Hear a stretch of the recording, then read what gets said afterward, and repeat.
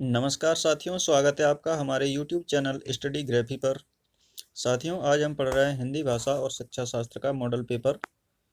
इससे पहले हम बाल विकास और शिक्षा शास्त्र, गणित और पर्यावरण का मॉडल पेपर अपलोड कर चुके हैं।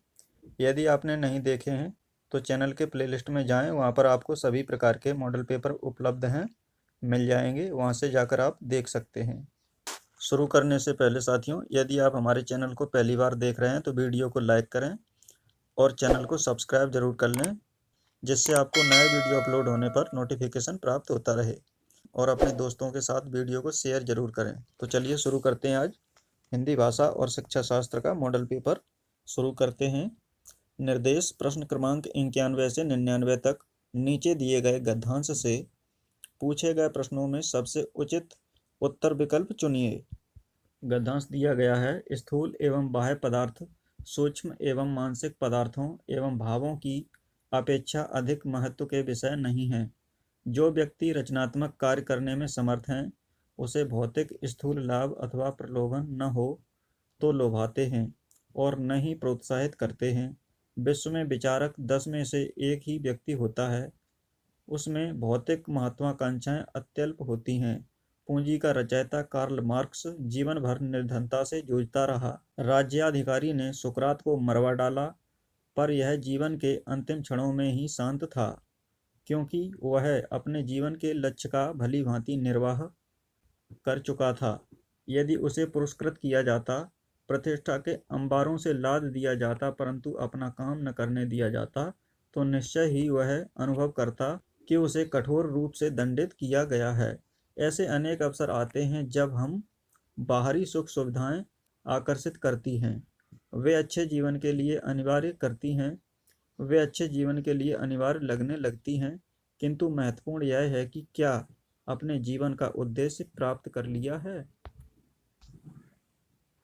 यदि इसका उत्तर हाँ है तो बाह्य वस्तुओं का अभाव नहीं खलेगा, और यदि नहीं है तो हमें अपने को भटकने से बचाना होगा और लक्ष्य की ओर बढ़ना होगा। तो साथियों, ये गद्यांश दिया हुआ है, इसके आधार पर इन प्रश्नों के उत्तर देना है। 91 से 99 तक प्रश्न दिए गए हैं।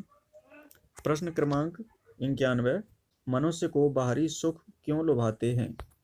ऑप्शन ए संपन्नता के लिए, बी भरे पूरे जीवन के लिए, सी अच्छे जीवन के लिए, आराम के लिए। ऑप्शन डी है आराम के लिए। मैं उत्तर बताऊं इससे पहले आप इनके उत्तर भी गैस करते चलें, कौन सा उत्तर होगा। तो इस प्रश्न का सही आंसर रहेगा ऑप्शन सी, अच्छे जीवन के लिए। अगला प्रश्न 92, जो व्यक्ति रचनात्मक कार्य करने में समर्थ हैं, खाली स्थान, वाक्य में रेखांकित शब्द के स्थान पर कौन सा शब्द प्रयुक्त नहीं किया जा सकता है? ऑप्शन दिए हैं, ए क्षमतावान, बी सक्षम, सी शक्तिशाली, डी सामर्थ्यवान। तो इनमें से आप गैस कीजिए कौन सा आंसर सही रहेगा। प्रश्न 92 का सही आंसर रहेगा ऑप्शन सी, शक्तिशाली। अगला प्रश्न 93, प्रतिष्ठा के अंबारों से लाद दिया जाता है, रेखांकित का तात्पर्य है? ए ढेर से, बी आभार से, सी कृतज्ञता से, डी भार से। इसका सही आंसर रहेगा ऑप्शन ए, ढेर से। अगला प्रश्न 94, भली भांति निर्वाह कर चुका था, उपरोक्त वाक्यांश में क्रिया विशेषण है। ये 4 वाक्य दिए गए हैं, इनमें क्रिया विशेषण बताना है।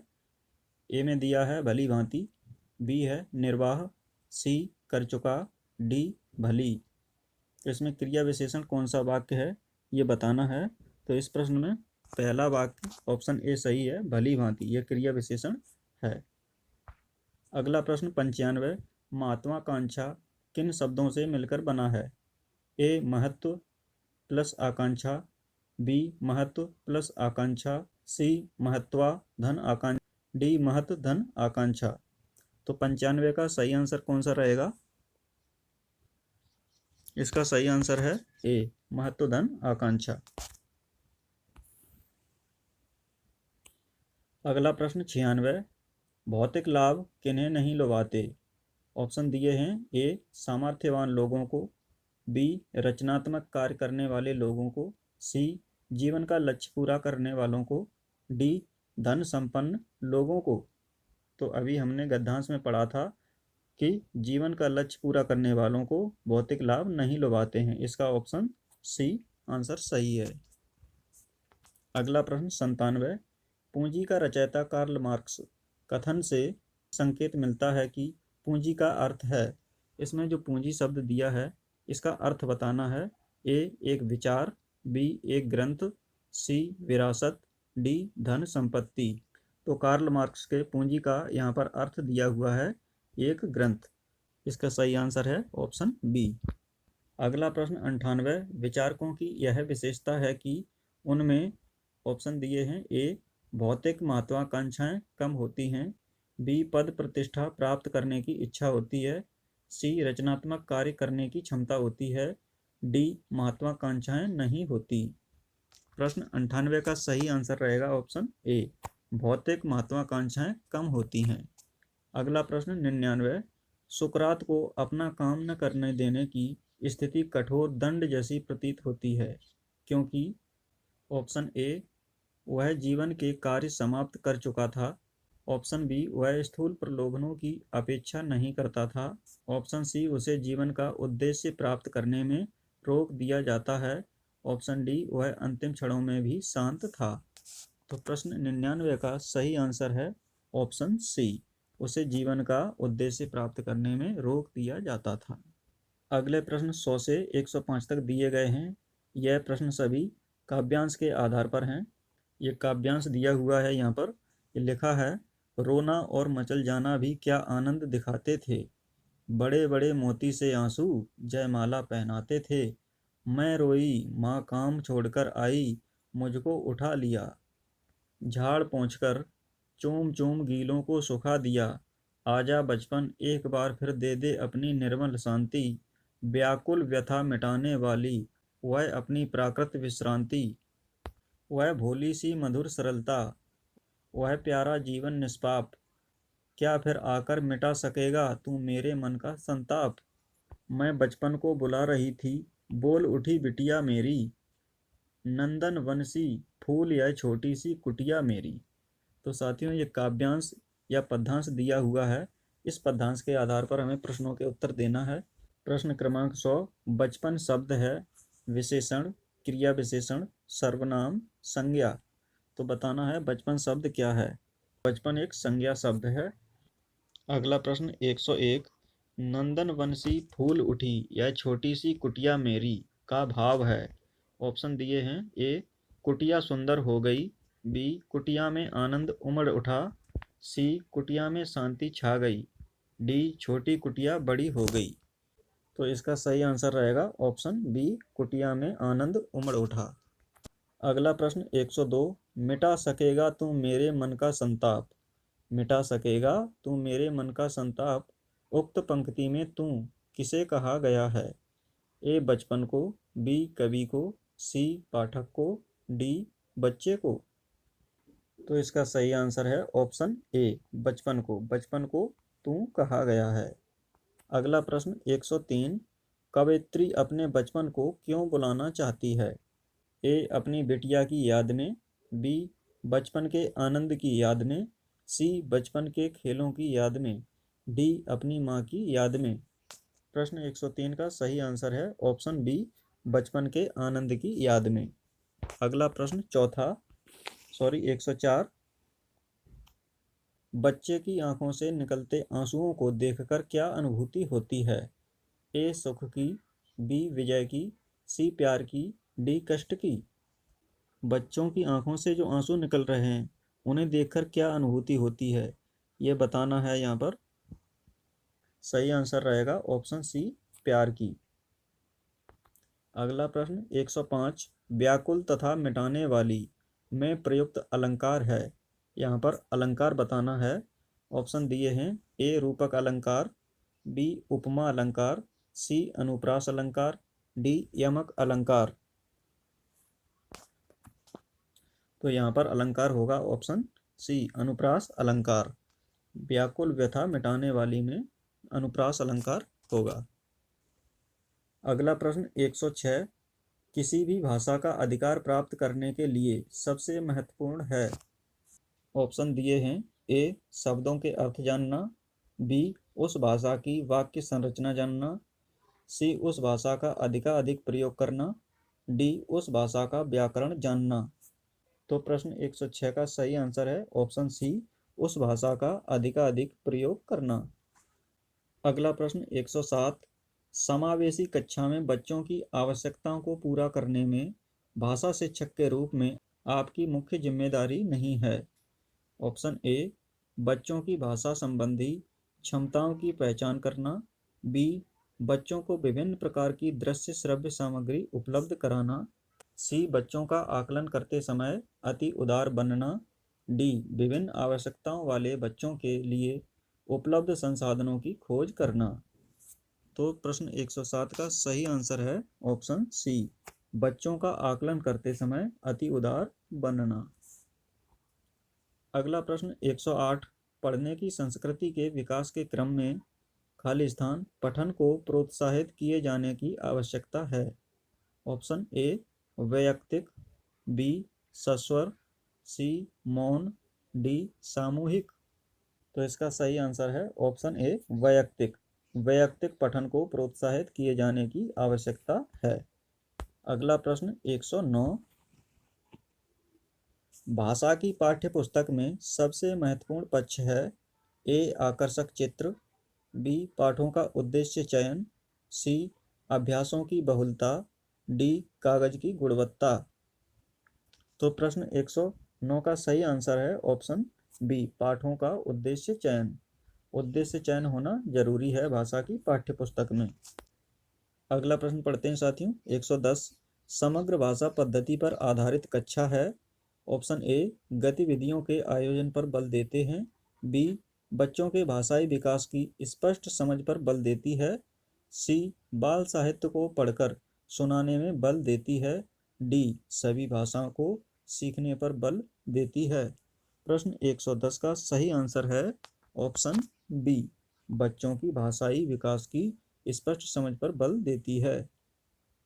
अगला प्रश्न 111, विद्यालय के बाहर का जीवन और कहाँ प्राप्त ज्ञान एवं अनुभव भाषा सीखने के लिए आवश्यक प्रेरणा देते हैं, क्योंकि ए, मानव वर्तनी का सम्यक ज्ञान मिलता है। बी, लेखन की विभिन्न शैलियों का परिचय मिलता है। सी, समृद्ध भाषिक परिवेश मिलता है। डी, इससे व्यवहारिक नियमों को जानकारी प्राप्त होती है। प्रश्न 111 का सही आंसर है ऑप्शन सी, समृद्ध भाषिक परिवेश मिलता है। अगला प्रश्न 112, पहली कक्षा में प्रवेश लेने से पहले आमतौर पर बच्चे, इस प्रश्न में बताना है जो बच्चे पहली कक्षा में प्रवेश लेते हैं वो कैसे होते हैं। ऑप्शन ए, पठन लेखन में दक्ष होते हैं। बी, स्व अभिव्यक्ति जानते हैं। सी, समृद्ध भाषिक परिवेश मिलता है। डी, इससे व्याकरणिक नियमों की जानकारी प्राप्त होती है। तो इस प्रश्न का सही आंसर रहेगा ऑप्शन बी, स्व अभिव्यक्ति जानते हैं। अगला प्रश्न 113, सुरभि अक्सर ड़ा वाले शब्दों को गलत तरीके से उच्चारण करती है, आप क्या करेंगे।